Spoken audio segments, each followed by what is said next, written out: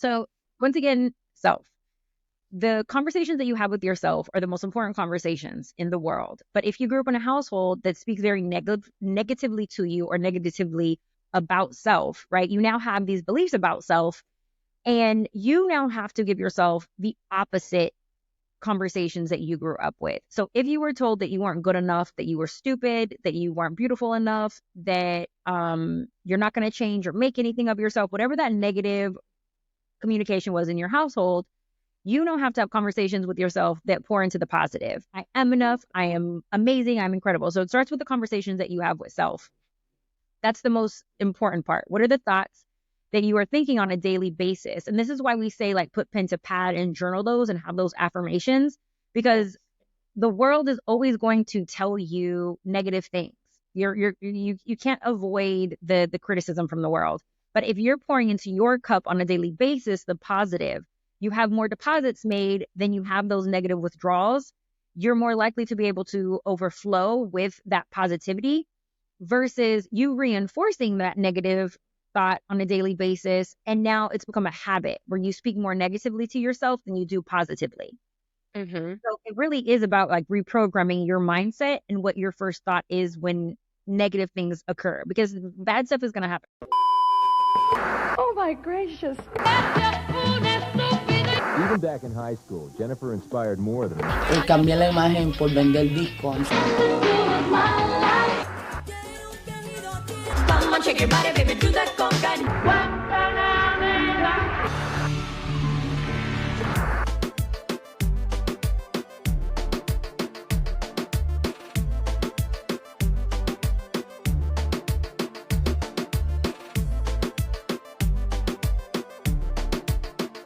You know, first of all, I haven't had a relationship expert on my show.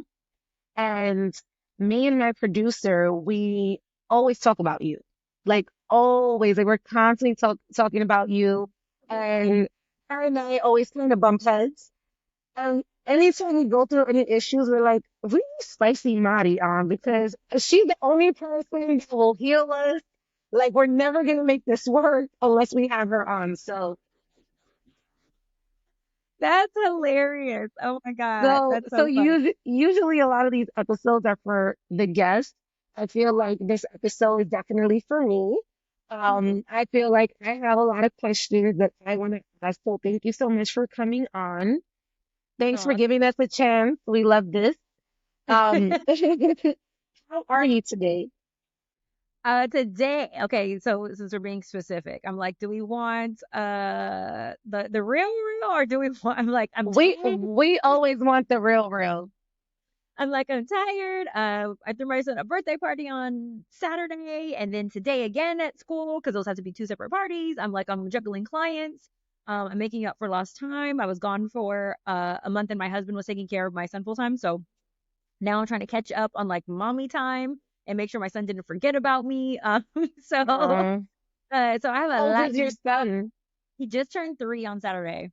Nice, congrats. I Thank love this. thank Now, you. who do you usually go to for therapy or someone like just to lean in on advice? Like who is that go-to person for you? Because you're getting all these downloads from different people.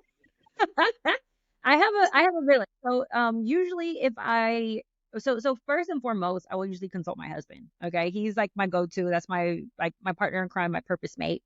Um on call, which I will probably forever like need, and I believe like therapy is ongoing. It's not just like, a one-time fit thing.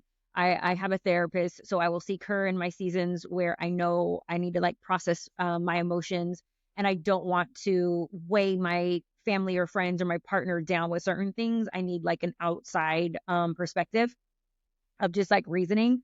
When I can't do it myself, right? I'm like, I need to bring in reinforcement. Um, in addition to that, I have my girlfriends. So I will seek counsel from them and be like, okay, how can I handle this situation better? Because I don't want to use my own advice right now. I want to go like ape shit crazy. So calm me down. What should I do? Right? Because like you can have all the tools, but emotions are crazy. And sometimes I don't want to do the right thing. And so I will have to have some Yeah. friends put it in perspective for me, and remind me of my higher self. Does it feel weird for you when you're like on the opposite end when someone is asking you all the questions and you're the one giving the answers? Is that weird? So I believe in coaching for everything. Okay. Okay. I have worked with life coach before. I've worked with financial coaches. I have a fitness coach. I believe in coaching for everything. And I think understanding your weaknesses are extremely important. So when I'm receiving advice in areas that I'm not an expert in, I love to soak it up. It's challenging though when it is areas that I'm an expert in and I'm like, you're telling me what I already know, but and then I have to say, okay, why am I resistant to this? Why is this affecting my like ego? Where is this coming from? Am I really hurt? Where is this disappointment coming from? Or, am I just being hard on myself right now? Like I have to have like that internal conversation and pause and take a beat because sometimes we get in our own head and I know that like I can get in my own way sometimes. So I'm actually very grateful for the advice because it allows me to challenge certain thoughts that are going on in my own head and I need that from time to time. I believe in coaching 100%. Now, how long have you been receiving coaching? Because I wonder, like, that's not really like a normal thing within our culture, Yeah. right? Like, we didn't grow up around coaches or therapists, or we actually couldn't even talk about our issues, at least for me in my household. So I wonder for you, like, what was that dynamic in your household, and how early on were you introduced to this in your life? Gosh, it's been years. Okay. A part of learning and a part of growing, I've always had like a desire for self growth. So if I don't know something, I've always been just an inquisitive child of like the why. Tell me the why, give me the explanation. And sometimes in growing up, right, in our culture, it was like a spiritual explanation. Well, that's what God wants you to do, or that's what your parents told you to do. And I'm like, wait, like, what's the rational logic behind this? All right. And so I always sought answers. And so whether it was like me, consulting a professor or, my pastor, which I definitely did often, I always believed in getting additional help. It wasn't until I understood mental health and actually like taking psychology courses in school and sociology that I was like, okay, there's more than just taking our parents' advice. And I started to challenge that and started to seek, okay, the importance of, mental health. I have to do this for myself. And so when I was interested in the dynamic of relationship and like I'm studying in my master's program, like the methods of like what makes a healthy relationship, I didn't want to be a hypocrite. Like I actually wanted to apply my own tools, but then also have someone coaching me on how I should be showing up. And I don't want to just give out information. I actually want to have experience in the information that I'm giving as well. So for me, it wasn't just like, okay, I don't want to just know the theories and be book smart. I actually want to study it and apply it to my life. So I'm going to need coaches. I'm going to need counselors. I'm going to need therapists for that. So that way they can bring out the best version of me as well. So that I can have my cup filled up so I can pour into others. So Right. it's been over 10 years. But now, okay, you over 10 years, you've been introduced to this. Now you have coaches on at least your immediate team that you can tap into for things. Now, how receptive is your family towards this? Like when you're telling them, like, okay, Okay. So I grew up in a household where my mom was like, therapy doesn't work for me, right? Like that was like, and mind you, what ethnicity are you? I'm Puerto Rican and Dominican. Okay, I'm Black and Mexican. So in our household, right, it was like strength, no weakness, choke it up, just push through. Yep. But this is coming from somebody who I saw as very emotional, right? My mom was an extremely emotional person, but then because she had to be the masculine energy of like as a single parent, I would see like her explode in these emotions, but then have to like pick herself up because she didn't have somebody else to. So there wasn't anyone who I felt like she sought counsel from because she had to do it all on her own. So she wasn't the biggest encouragement growing up. It was very much like turn to God, pray, talk about it with our pastor. And so it wasn't something that was like dominant in our household. It wasn't until my mom got a lot older and that I think she started to like be more supportive of mental health. But that was something that like I sought after and I looked into because I really wanted and had this like strong desire to know like about learned behavior and the choices that we make and what's the communication breakdown between men and women I really wanted to understand like why, and this is why I got into the relationship industry, like why relationships work and why they don't. Because I was huge on like my mom needs a partner. Like she's better with a partner.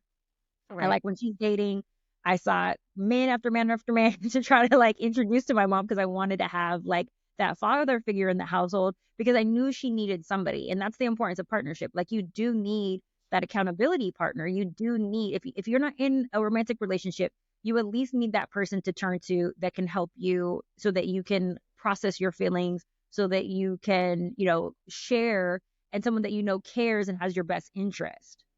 But what was your first representation of this? Like, where did you see the? Because it wasn't your mom, It right? was They. So um who was it for you that said, I want to tap into this? Okay, so spiritually, it was my pastor. Hmm.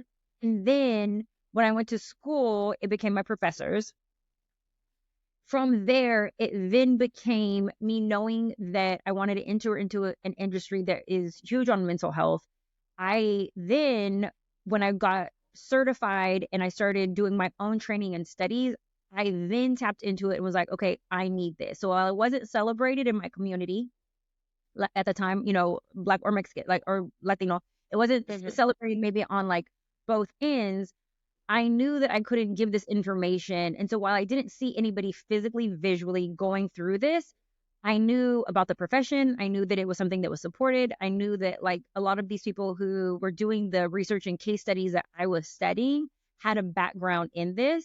And so I winds up taking my own initiative to seek out the importance and relevance of counseling and coaching and therapy because Hmm. I knew these were experts in their field and I wanted to be an expert in my field. And I can't be an expert in my field unless I work with experts in my field. Does that make sense? Yes, So even though I absolutely. didn't put it in my family, I knew that it was something that was important because I believe in higher training, higher education. And while I'm a God fearing woman, I knew that I needed also the education behind it and the experience. It wasn't enough to just pray my problems away. Right. Now, you have a ton of clients, right? Both from the Latin community, some that are not Latin. Like, you just have so many clients that you're talking to on the daily. Specifically within the Latino community, what is our biggest resistance when it comes to A, coaching, and two, like just kind of like reshaping and reframing our mindset about what a healthy relationship looks like within the community? So I think I'm not going to call it our biggest weakness, right? Hmm. Our biggest opportunity for growth within our community. I love I think that, by the way. I believe starts in the household. If you didn't grow up, and this is what I see often, a lot of us did not grow up in two-parent homes where we saw two parents who were madly in love with each other. Hmm. So we don't have that modeled for us of what a healthy relationship looks like. So I think the hardest and the biggest resistance is being like the change that our community needs. And like it starts with us. If you didn't have that growing up, we can't use that as an excuse forever for our dysfunction. At a certain point, we have to say, I didn't have this growing up, but I want to break this generational curse. I don't want to continue being a single parent like my tias, or I don't want to, have, multiple divorces, on my record, or, I want, if you want to be a wife or you want a family or you want your children to even have a fighting chance at a healthy relationship, it starts with you. Oh, And that's the hardest part is the accountability for the choices that we've made.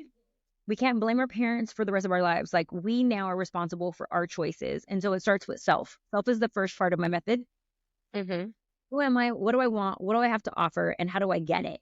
What do I have to change? Where are my opportunities of personal self growth? What do Yes. I need to work on within so that I can be the change that then now I actually do provide a great example for my children, for my siblings, right? For the next generation so that they don't tell the same story as me, so that their story is not that they didn't have it in the household. I want their story to be like, nope, I saw my parents madly in love, making healthy choices. I saw them with conflict resolve. I also think that's the other element that we really struggle with because we don't grow up in a household with two parents who not only were madly in love, but also had healthy communication. A lot of us don't know how to resolve conflict in a healthy way. We either go for the ugly horsemen, the four horsemen, contempt, criticism, defensiveness, or stonewalling. Like we go what we saw our parents doing. And so and this is, a part of, Gottman Institute's like research, like those are the four things that like actually can destroy relationship in conflict. And so if you aren't aware that these are even going on, you don't know how to solve for them. And so a lot of us don't know how to fight fair. We don't know Right. how to articulate ourselves or express ourselves because we don't have the tools. Right. What are those four things again? Can you say that one more time? Those four things. Criticism, contempt, defensiveness, and stonewalling. Okay. So what if So, you don't have like the communication part? Like, and I'll just give you an example. Like growing up, I kind of ran into a lot of conflict with my mom. She kicked me out at a very young age. But my mom is a very stern woman in the sense of, I remember my mom always saying, I am who I am and I'm not going to change. You're not going to change me. And I just remember hearing that and I'm just like, well, that sucks. Like I wake up every day wanting to change. So right. if you're telling me you are who you are and you don't want to change, then what you're saying, that opportunity for growth doesn't even exist within the household. So if the Mhm. communication is such a huge part of the change, and you don't have that within your household or your relationship or whatever it is, how do Mhm. you then foster this change? Like, what are the other ways? So just because your parent is stuck in their ways and they don't have the level of consciousness to or the desire for self growth, okay, doesn't mean that you have to be a product of your environment. You can say, I don't want to be like that. I don't want to emulate that. I don't want to mirror that. I want my life to look like this. So you need to evaluate, where are my wounds, right? Because your mom's wounds usually become your wounds. And so you have to decide, do I want the wounds that live within me to remain, or do I want to begin my healing journey? And while I may not get an opportunity to practice healing with my parents because they don't want to grow, the Exactly. relationships that I keep outside of my family, those need to be growth relationships. Those need to be relationships where I can evolve. Those need to be relationships where I'm supported. Those need to be relationships where I can practice these communication skills Right. because nothing tests you like communication with your family. So, and it's Yes. moms, they know how to get you every time. Every Um, single time. one time, my mom came at me crazy, and I was like, "Mom, you need therapy," and I'm like yelling back at her, and she's like, "I do. Look how good it did for you." And I was like, Oh "I no. like she got me good because I went to her level of like chaos in our argument."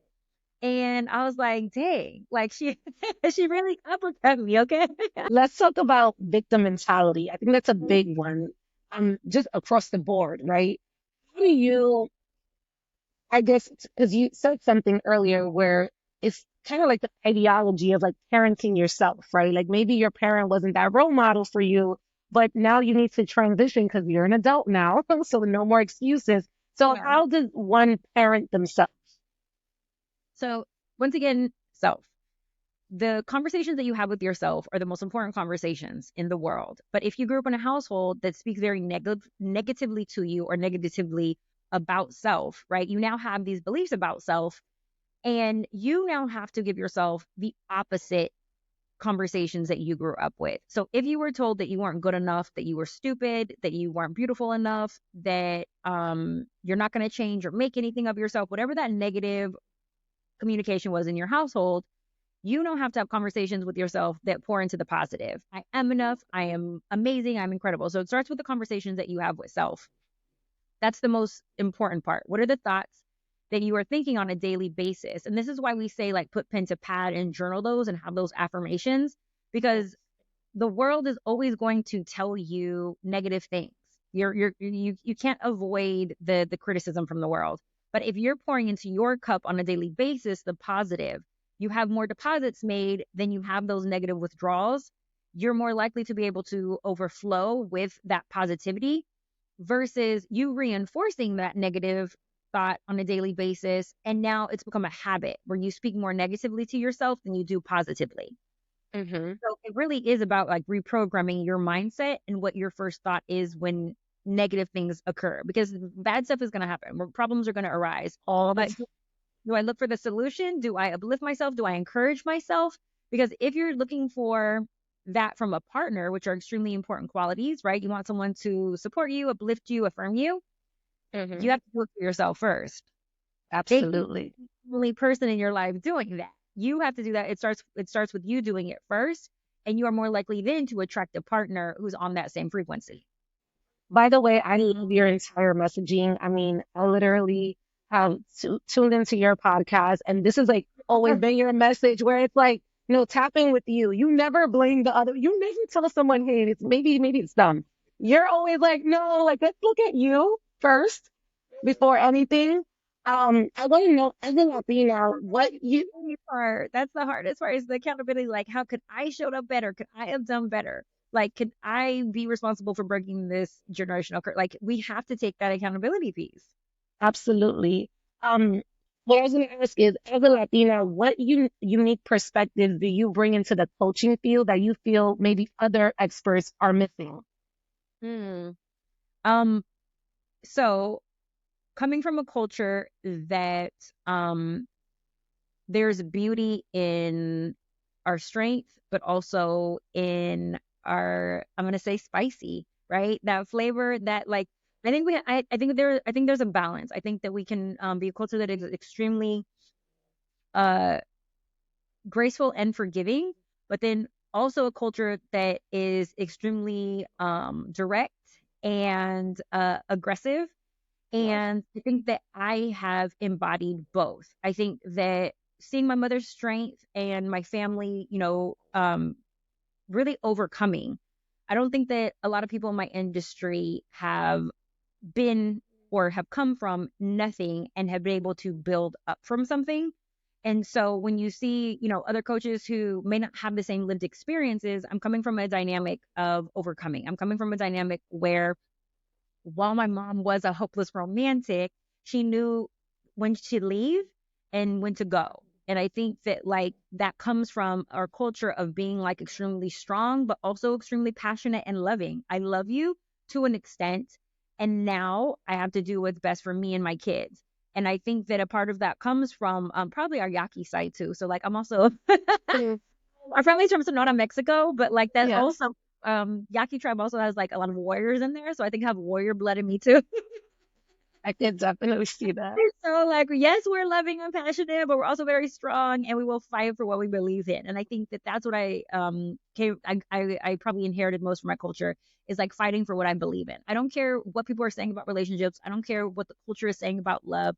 I'm always gonna fight for what I believe in. I'm always gonna fight for commitment. I'm always gonna fight for restoring the family unit. I don't care how sexy independence may look or how sexy like, we're trying to like make not needing partnership anymore.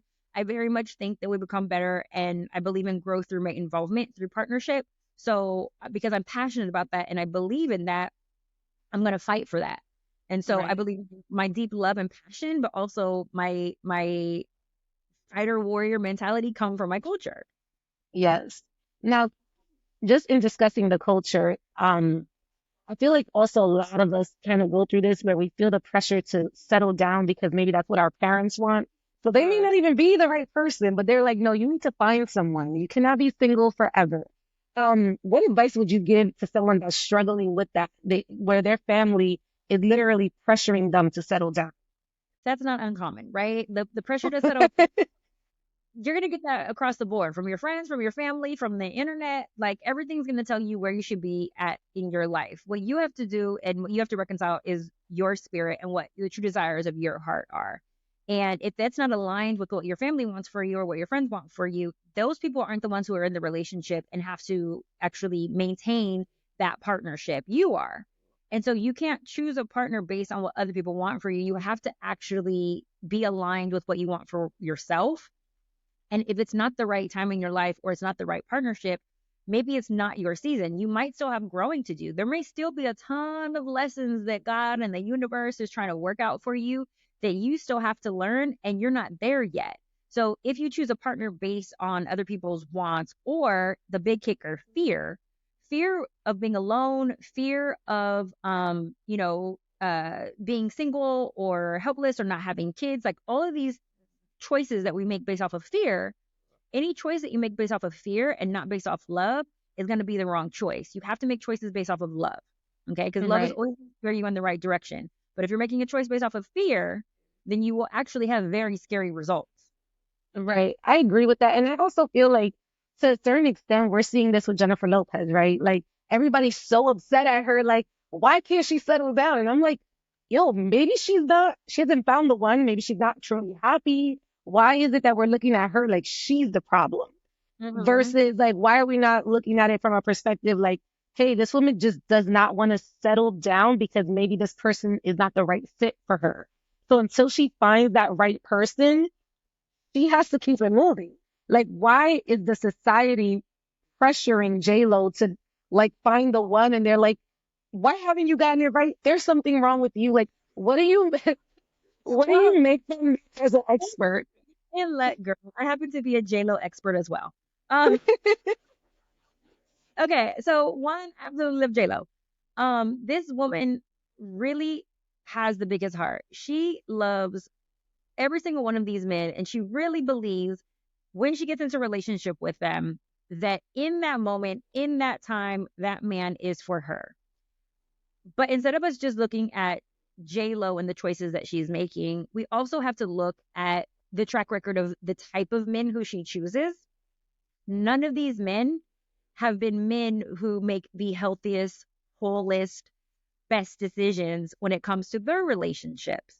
So you have two people that are attracted to each other. They're actually magnets for one another. And her wounds are attracted to their wounds. And the great things about her and her, feminine or masculine energy are attracted to the natural masculine and feminine energy and the partners who she's choosing. They're magnets for each other.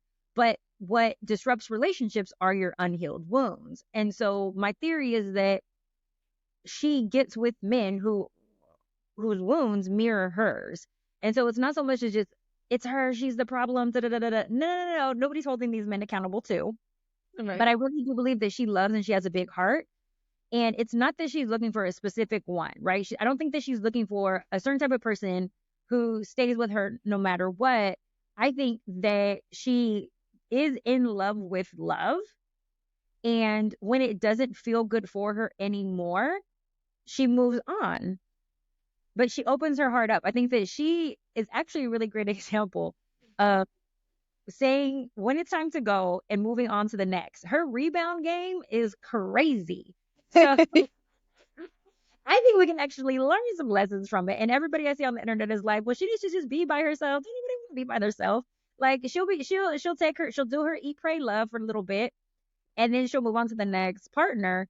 But unless she really does evaluate and assess her wounds and why she's a magnet for wounded men, because she most certainly is, she's not going to be able to find a man who's able to bring her peace. Does that make sense? Yes. So if she sat down with you right now, would you tell her like, hey, just take some time off? Like, let's just focus on you right now. Let's not go into another relationship so quick. Like, because I'm sure maybe, and maybe not, but one of her fears, I guess, is also that she is getting older, right? So naturally, when you get older, you do want to settle down. You don't want to be single forever. So what would be like some like immediate advice that you would give J-Lo? Oh my God. I would first give her a SWOT analysis, right? So like if I took her through my Spicy Life 90-day program, one of the exercises in self is a SWOT analysis on self. So I would have her look at what are her strengths? What does she bring into a relationship that makes her like phenomenal, incredible? What are her weaknesses, right? What are the things that like she is a sucker for? What is she usually attracted to? Where are her wounds? Then I would look at, okay, what are her opportunities for growth? JLo, what are the things that you actually need to improve on that are affecting your relationships and essentially creating a pattern of destruction, not just maybe in your life, but in the men's life who you're with? Are any of these bad habits having a detrimental outcome? And then what are the threats? Okay, so SWOT, what are the threats? What are the things that will happen in the next relationship if we don't work on these weaknesses? What is going to come for us? What does our future have to look forward to if we don't work on these things? What patterns are we going to keep repeating? Because she is going to unfortunately experience disappointment after disappointment if she doesn't work on like healing those wounds. I think that when we look at her strengths, she has probably some of the most strengths in the world because I love me some Jennifer, okay? Oh, yes, me too. Jennifer can't do no wrong in my eyes. But I'm also a realist and I'm also a coach, and I would definitely have her do this analysis. Like what are the wounds that we need to work on? Because she is a magnet for wounded men. And that means that she is attracted to either she is a savior or she's a taker, right? She's either a giver or a taker. And usually like the saviors are the ones who are attracted to someone whose wounds they want to lick. And then the takers are usually very more selfish and they want to be catered to and they will soak you dry. So really get like kind of assessing, okay, are you a fixer? You like a good project, or are you the fixer? Because we actually need to learn what's good for us and fall in love with what's good for us, not what we're just attracted to and what we want. It needs to be more of what we need. And so we would have to assess what she needs in her life. Oh, there's so much work that I would do with her, but but she would be probably my student. I would have her killing it. I would probably help her find the love of her life, and it would be a work in progress. It wouldn't just be like a one-time program hit and quit. It would be an ongoing process for her. Last thing about J-Lo, because I know your time is limited, so I do want to keep this moving. But I love all these advice and tips. In her Amazon Prime film, she did mention that her mom was like a bit of a narcissist. And I know family is like they just have it's a reflection, right? I mean, correct me if I'm wrong, but they do play like a huge part in our relationship. So what do you like make out of that? Like she's calling her mom a narcissist, but then she's also like this big superstar, right? Like she's also like this. For sure. Right. So like what do you make of that when you hear someone like J Lo say, yeah, my mom was like such a narcissist, but like in turn you're this big, huge conglomerate yourself. Yeah, I would. So I'm always very careful about labeling narcissists because that is actually a condition that you want to test for before you just say that you are one or you label someone one. But what she may be meaning is that her mom has an inflated ego and has maybe some manipulative tendencies based on like how she likes to be catered to. A lot of us can have that quality as well. So I don't want to label them narcissists, even though she called her mom that. I'm not going to say that because her mom hasn't been diagnosed. But Right. I will say that some of those qualities about her mom, JLo may have inherited and may mirror that has actually helped JLo in her career, right? Some of the things Mm. maybe annoyed her that she thought was maybe toxic about her mom, maybe that hurt her, she's actually absorbed and used as superpowers for herself. Now, it's up to Jennifer whether she wants to take some of these qualities and use them for good or use them for evil. Because you can make it's once again up to you. You have the choice and you have the power. There's things that we all can recognize in our mom that we're like, oh, that drives me crazy. But I have to admit, I also took in and inherited and like I'm mirroring that, attitude or behavior. And so we now have a choice as grown ass women. We're not kids anymore. Do I want to use this for positive or do I want to use this for negative? And is it hurting me or is it helping me? Because it may be helping her in her career, but hurting her in her love life. Mm-hmm. I love So you this. have to You're assess, like, good. the superpower, right? Why do you feel like narcissist and narcissism? Why is this like such a popular word now? Why is everyone using this term so loosely? Like, what is going on? Well, I think it's because we are attracted to confidence and power. And I think that um narcissists can be extremely like self-absorbed, and while they may have an inflated ego, they can also be very charming. They also receive a certain amount of attention because what is coming off as confidence sometimes is an overcompensation for something else. And so as we date, when we feel like we've been taken advantage of from someone, or we feel like someone got the upper hand or abused the power that we volunteered to give them, okay, it's easier for us to be a victim in our story than it is to say that we're a volunteer in our story.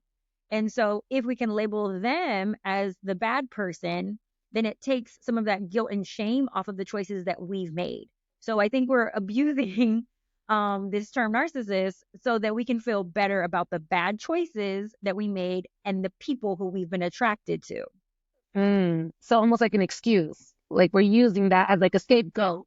Yes, not every single person is a narcissist. Sometimes you just got with a bad dude, or sometimes you just got Right. with a chick. Like that doesn't necessarily mean that they struggle with that condition, that or that disorder. That doesn't necessarily mean that. Sometimes it's just that that person wasn't good for you and you made poor choices. But what we have to look at for real, is why you were attracted to that. Because if they were narcissist, well, what about that was attractive to you? Because you were with them for 3 years or you were in love with them. So what does that say about you? Right. It's always back to self. It's oh, can someone be a narcissist and suffer from imposter syndrome? Like can the two coexist? Hmm. So if you're suffering from imposter syndrome, right, that is feeling like you're undeserving, feeling like maybe you're even unlovable, feeling as if like some of the things that and the attributes and the accolades that you're getting, you're really it's coming from a low sense of worth. And Yes. sometimes they overcompensate for that. So those can also go hand in hand with you being a narcissist as well, because it really does look like overcompensation. But if you do not have an accurate assessment of your worth, if you have low self-esteem or low self-worth, you Hmm. oftentimes are going to look for other people to make you feel better about yourself. You're going to look for a lot of women to fill the voids in your life. You're going to look for a lot of people who make you feel better to try to counteract that negative thought. But you don't really believe it though. It really, you're not letting it sink in because you really have those negative conversations once again with yourself that are telling yourself the opposite. And no matter how much you try to say it out loud, it may still be untrue for you. And so Right. those absolutely can happen at the same time. Sounds like you probably dated someone. She's like, it's sounding personal now. Somebody who was struggling. But those, and we all struggle from time to time. And you really have to look at like what season of my life am I in, and do I want to heal this part of me that is struggling with it? Because just because you may have been exposed to that, or you grew up with that, or you're struggling with it now, it's not permanent. You don't have to react. You don't have to stay stuck in that situation or in that condition. You can actually do a lot of work and healing around it. We can get coaching, we can get therapy, we can start to learn new behaviors, and we can start to do some self-soothing.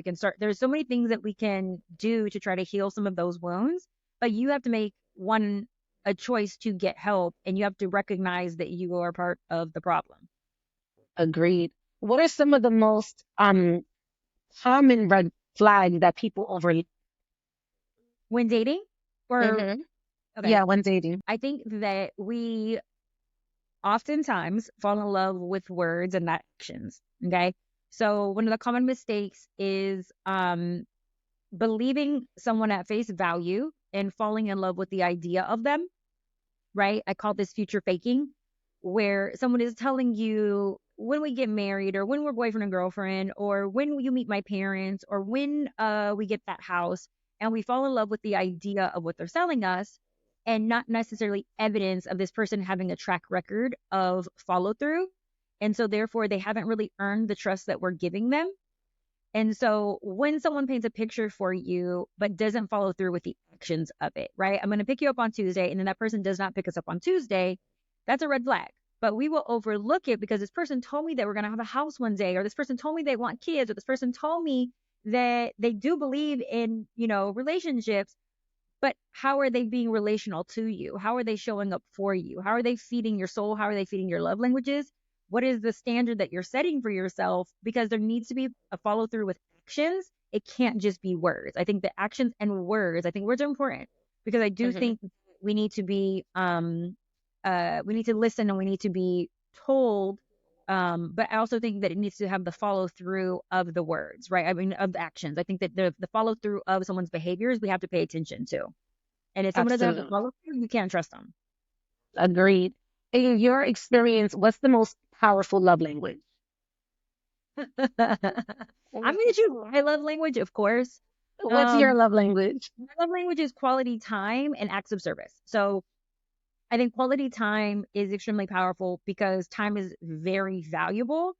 and the allotment of intimacy that's able to be created with quality time with someone, um, is priceless. Okay. But my other that I very, very much love, that is not everybody's love language, but it is for me because it very much helps me to understand someone's masculinity. I look for very traditional masculine attributes when it comes to acts of service. So I love acts of service. I cannot be with a man who doesn't serve because I want to serve. Mm. Man, I want to give. And because I believe in reciprocity, I can't be the highest and best version of myself unless I'm being served. So I will not feel safe to reciprocate. So I need those acts of service. So those ones to me are the most visual and able to be demonstrated with quality time, because quality time is like that allotment that they're dedicating to you and prioritizing you. And then the acts of service is what they're doing for you in your presence. What's your sign? Oh, my Capricorn, Scorpio, Okay. right? Virgo moon. Okay. My mom's a Capricorn. No, you just, I mean, because my mom's a Capricorn and you guys have like similar viewpoints. I'm like, okay, got it now. Mom, Mm. okay. I love my mom. My husband's a Capricorn, so clearly I like strong personalities. I love this. Usually when you're the same sign, like there's a lot of like friction there. So I'm glad to hear that you're a Capricorn dating a Capricorn. I love that. Very Yes, successful marriage. We love this. I had a Leo sun just like J Lo. Let me ask you, in a world where it's just social media, right? Mhm. And it's so difficult dating in this climate. We're talking about dating apps, social media. Like, how do you maintain an authentic relationship? And where do you even meet someone nowadays? I think one thing, dating apps are great because it's given us access to people and exposure to people who we wouldn't necessarily have within our community or village, right? So I do appreciate technology, although I think that we are abusing technology and allowing it to overcompensate for us to actually develop interpersonal relationships. If you want to meet someone, first you need to assess, you need to do your pizza, okay? And I've talked about pizza all the time, but you need to do your pizza. Um, then you need to, so that is you deciding like what are the qualities that you want in a partner, right? So first we decide, are you familiar with my pizza? Do I need to No, give you what's your pizza? Give it to us. so before you go off dating, you need to do your pizza. Crust, sauce, toppings. You need to decide, what do I believe are the 5 qualities that make a good person? That's my crust. What are the 5 qualities that I need in order to fall in love with someone? How do they have to treat me? That's my sauce. And then what are the 5 qualities of what I need in order to be sexually attracted to someone and want to take my clothes off for them? That's the toppings. So you need to do your pizza. Once you have this roadmap of the kind of partner that you think is best for you, then we go out into the world and we date with our pizza in mind. And if someone is not your pizza, as you experience them, we release them and we throw them back into the sea for somebody else. Okay. But if we want to meet somebody after we've done our pizza, we say, well, where does this type of person hang out? What is this type of person's hobbies? What is this type of person into? What school did this type of person graduate? What is this person maybe passionate about? What kind of friends do they keep? We then go to the type of places that our pizza would be at versus places that we want to be at. So our pizza may not Mm, in our Pilates class, our pizza our pizza all may be right. at a sporting event. What do I need to get into, or what do I need to expose myself to in order to meet my pizza? So if you're somebody who's like, well, I want, I don't know, an educated, high caliber, uh, maybe man who does well for himself. Okay, is your pizza at an alumni event? Is your pizza at Soho, a private club? Is your pizza in the airport, at the Delta Sky Lounge? Is your pizza just at, a basketball game? Is it like, where is your pizza? You need to go outside of what you're used to and what you're comfortable with and actually start socializing. And we don't just make friends and increase like our village with who we think is attractive. We expose ourselves to new communities and new friends who are going to take us into new and different environments so that we can expand our social circle to meet our pizza. Mm, So this you is can't really good. high friends and think that you're going to be exposed to all these new incredible things. You actually need to expose yourself in your social circle to new people who are going to take you to places you've never been and things you've never done. Does that make sense? I have so many questions. Okay, sticking with the pizza and just being in your social circle. What if you are a person who is shy, right? Like so much of today's society are very much introverts, right? And you hear that a lot, like, oh, I'm an introvert, but what does that really mean? And then you can't meet someone if you are an introvert, or can you? Like, I don't know, you know? Yes, introverts can meet someone. But introverts are gonna be a little bit. So if let's talk introvert based on like how you recharge and how you absorb energy. Introverts usually do it in isolation. Extroverts usually do it amongst others with other people, right? The energy exchange. So introverts tend to get maxed out and want to recharge in solitude. So extroverts, which I am an extrovert, I recharge with 50 people around me, and I'm like, yes, Yeah, charge. Okay. It is how you recharge. So it's not that introverts don't have social skills, it's that they don't get the same level of practice and they don't expose themselves. And the expectation, because they have self-identified now as an introvert, is that other people involve themselves with them versus them stepping out and introducing themselves or connecting with others. We have to take accountability for knowing, okay, this is how I am, but this is how I need to be in order to meet people. So if I want to meet 10 people today, I need to step outside of my comfort zone and not just have the expectation that everybody greet me. I need to be friendly and pleasant and be the type of person that I want to meet. Okay, it cannot be the back expectation to self, back to self. I love it. to hold other people responsible for your social exchanges, which a lot of introverts do. And I even have friends that would not be my friend if I wasn't the way that I am. So the expectation is like, that extroverts adopt introverts. But this is why oftentimes is like women were very attracted to, maybe the louder, boisterous, charming man who, talks and, who's working the room. But that doesn't necessarily mean that he's the best man for us. If we're an introvert and our man's an introvert too, right? Say that's the person who should be with us. Someone has to speak first. Like someone has Right. to introduce themselves. Someone has to say hello. So you Yeah. have to just, how bad do I want it? Do I want it enough to step outside of my comfort zone and speak and be friendly? Or do I prefer to stay stuck in my ways and only do what's comfortable for me and potentially not meet as many people as possible? Very true. I want to get into a different type of relationship with money, which is a Sure. big one, big one for the culture.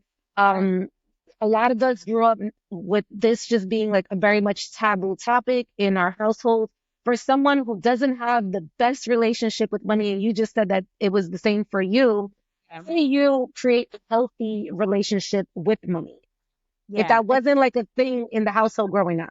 That was really big for me. And it was actually like a issue between me and my husband because he grew up with money and he also grew up with parents who were extremely financially intelligent and me not so much, right? And at all.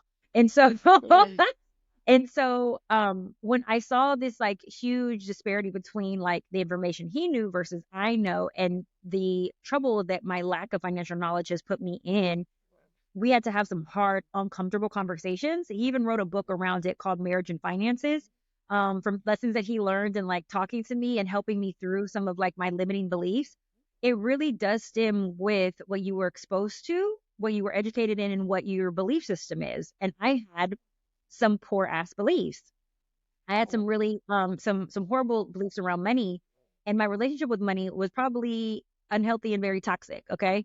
So what I did, what I told you that I did, that I always do, was I went and got a coach. I went and got a financial abundance mindset coach who would help me with the things that were holding me back and making healthier choices. I could not make healthier choices because my relationship with money was so bad. So I had to get to the root of why I believe what I do. Why do I have this fear? Why do I have this scarcity mindset?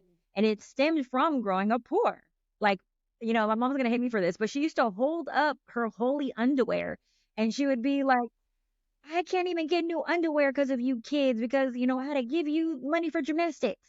And so what that did to me was make me feel like, one, if I have kids, I'm going to be poor, or I can't, give because if I give, I'm not going to have anything. And I don't, it was very much this like just this mindset around not having enough. Until this day, there's not a take home box that I will not take from a restaurant because I want food in my fridge. And my husband's Yeah. like, we can order more tomorrow. And I'm like, no, I need my leftovers. Yeah, yeah. There's certain things we can let go of. I now save. I now, we have a spreadsheet that, he likes to balance our checkbook still, but there's still certain things that I won't let go of and certain things that I have had to work through. So I believe in coaching. I believe in getting a financial manager. Luckily for me, my husband is in finance, so he's able to educate us. But if you can expose yourself to someone who has a healthy mindset and you can get a coach and trained around some of those beliefs, it will help tremendously. Yes. One time, I was, because I also have like a budget, and I was put onto this budget app like maybe like 4 years ago. And I just remember like it was me and my cousin and her fiance. And the budget app, you have to link your bank account to the budget.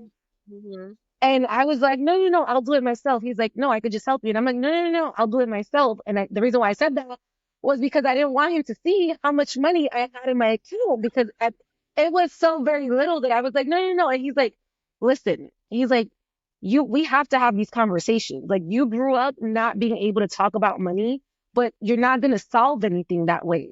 So it doesn't matter. I don't care if you have $2 in your account. Let me see it so that I can help you.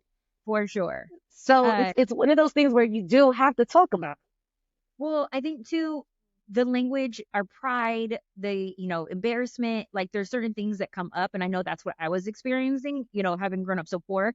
And like, I, you know, I think that, or just what does my mom say? We were broke, we weren't poor. I can't remember what my mom said. it. So money.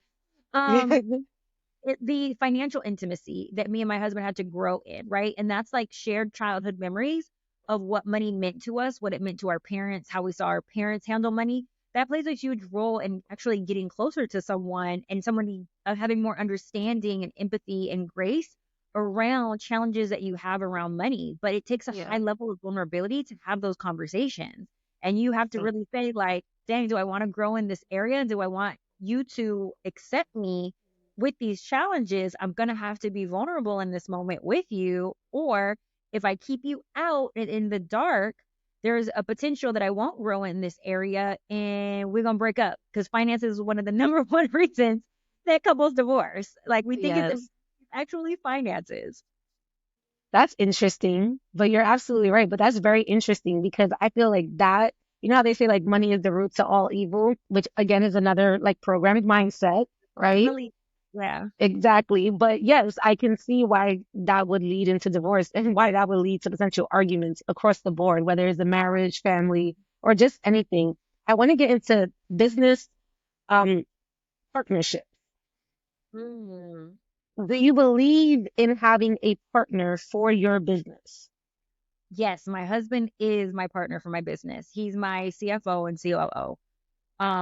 Because I believe in the beauty of a purpose mate, right? The person who is walking in their purpose, you're walking in yours, they believe in your purpose and they have skills or tools or even just support to help Hmm. you fulfill your purpose. I think that it's extremely important. My husband saw the vision that I had for my life. He saw me working endlessly and he said, hey, these are the skills that I'm coming with that can support you in what you're trying to build.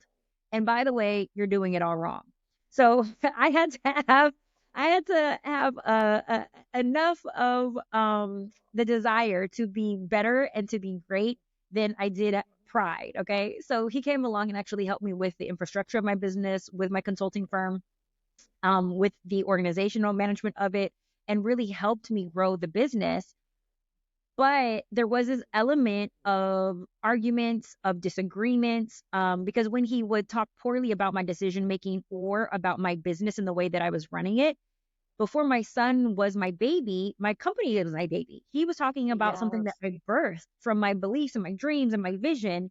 And I would take it so personal that I would be mad at him when I went to bed at night because he talked about my baby. And what I had to realize was that, like, yes, I birthed this thing, but this is why it needs two parents. right? A child needs two parents because one parent can't possibly know everything. That's too much to put on one parent. So when you have a partner who's able to come in and say, hey, babe, consider doing it this way. And just like when he did with my son, consider feeding him this way. Consider, changing his diaper this way. Consider potty training him this way. It's the same thing when it comes to your company. Consider doing it this way. You want those different ideas and the brainstorming and the think tank to balance off of, but also I don't have all the answers and all the strengths. You want your partner to be able to lean in with you and balance those areas where you may not be as gifted. And clearly mine When wasn't.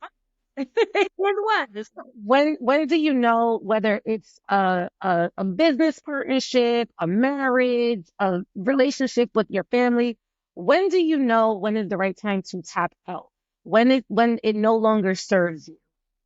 Okay, you're saying when to break up with the person or when to Yes. end the business partnership? When to break up with the person? When to In leave any them? relationship, Okay. whether it's business, whether it's family, whether it's your husband, boyfriend, girlfriend, like when is the right time to just say, I can't do this anymore? Before we decide to tap out, I think that we need to assess and do a SWOT again, right? On self and the relationship that you have with that partner. So whether it's a friend, whether what are our strengths, what are our weaknesses, what are opportunities for growth, what are our threats? We have to communicate those things. I don't believe in just tapping out without sharing and giving the person an opportunity to grow with you. Okay. If this person does not want to grow with you and they don't want to work on those weaknesses and you don't want to compromise and work on yours too, because it takes two, okay? Absolutely. If you guys don't want to do that together, then you don't have a future together because it's not about the money that you make and the good times that you have and the laughs that you have. That's not what creates longevity in the relationship. What creates longevity is be able to work through conflict and be able to work through the challenges and overcome those in a productive, healthy manner. And so you first know when there's a problem when you start to see shifts in, and this is what I say for all relationships, when you start recognizing the communication breakdowns, but really when you stop liking who you are with them. I don't like who I Mm, am in this relationship. I'm starting to be someone I'm not. I'm starting to have some self hate. I'm starting to be disgusted or have disdain for how I show up in the world when I am with you, right? I'm having, a visceral reaction. And this is not who I am. This is not who I'm created to be. And you are pulling these out of me. You're pulling this out of me. You need to do a little wake up call and say, okay, is this a relationship that is working for me or do I need to cut ties? But before you agree. cut those ties, you need to communicate and give that person an opportunity. I don't believe in just throwing someone away. I'm sorry. I agree with that. I always say if someone has the ability to take me out of my character, that's a major red flag for me. That's when I start doing my SWOT analysis, like, I can no longer do this. Yeah, because some of them might be tapping into to wounds, to triggers that you have, but you also Correct. have to say, is it that they're attacking? Like, are they bringing these things up for me? And can we work on these? If I tell them, hey, these are my wounds, these are my triggers, do they care? Or are they like, I don't give a F, I'm gonna keep going for this? So it really is also what's this person's intentions for my life? Is this person doing these things that are bringing these triggers up to hurt me because they want to have power over me and my wounds, or does this person actually care more to heal me and heal this relationship and they're willing to work through it with me? And I don't think that we give enough fair chance in relationship to work through those. And I also think that a lot of us don't have the tools to repair. So because of that, Yes. it's easier to tap out versus getting help that we need. I am going to end with some rapid fire questions. Tell me you're Latina without telling me you're Latina. My name is Spicy Mari. Yes. Yes. What does it mean to you to be Latina? Mm. It means beauty and brilliance. Okay. What is this chapter of your life called? The spicy life. What is something you would want to work on that you haven't already? Ooh, something that I want to complete my book. I just want to really, I want my book to be done. I can't wait to be signed to an agency that will help me in the release of my book. So I'm looking for We're an gonna agent. man we're gonna manifest that for you. Yes. What's your favorite Latin dish? Oh my God, I'm a taco girl. I Yes. I eat tacos every week. Okay. I also have a hot sauce. This is another way you can tell I'm Latina. I'm a relationship expert, but then my husband is best friends with a gentleman who manufactures hot sauce. And when I told this is how you know he's my purpose mate, I was like, I want a hot sauce. He's like, I have a friend who can help you with that, Arthur Wayne, and he actually helped me create a hot sauce called Spicy Mama, and it's a tamarindo hot Yes. sauce. And it's so good. I put it on everything. But that's also how you know I'm Latina because I put hot sauce, my hot sauce on everything. I love this. What's one thing you need in the morning? My coffee. My husband got me addicted. I drink Yeah. coffee every now. Yeah. What's the last movie that made you cry with laughter? It was so funny that it made you cry. Ooh, what did I just see? I just saw Deadpool with my husband the other night. We had like our little date night, and my father-in-law watched our son, and we snuck away. So Deadpool had me cracking up. Love that. What are the top three things every woman should do to maintain a healthy and passionate relationship? Self-love, self-care, right? Take care of self first. Your top priority. Everybody in the world, we naturally want to give, we naturally want to nurture, but we have to pour into our cup first.